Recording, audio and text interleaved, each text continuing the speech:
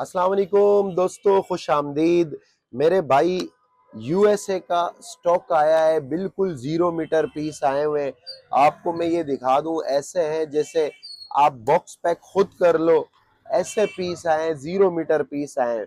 इसमें हमारे पास तमाम कलर आए हुए हैं, आपको कलर भी दिखा देता हूँ। ये देखिए गूगल पिक्सल का बेहतरीन स्टॉक, इसमें तमाम कलर है और आप इसकी क्वालिटी चेक करोगे तो आप हैरान हो जाओगे।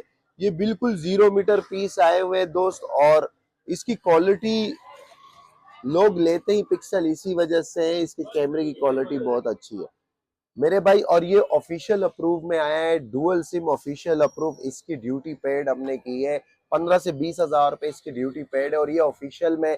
इससे पहले लोग मार्केट में सीपीआईडी वगैरह चलते हैं, लेकिन ये ऑफिशियल पीटी अप्रूव में, और बिल्कुल 0 meter 10x10 water pack sealed piece है।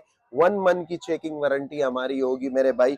आ जाए ये ले जाए, और पैसे भी हमने बहुत मुनासिब रखे रमजान के मौके पर। इसके सिर्फ और सिर्फ ऑफिशियल पेड पे ये हमने रखे हुए 55 हज़ार रुपए में ये आपको मिलेगा।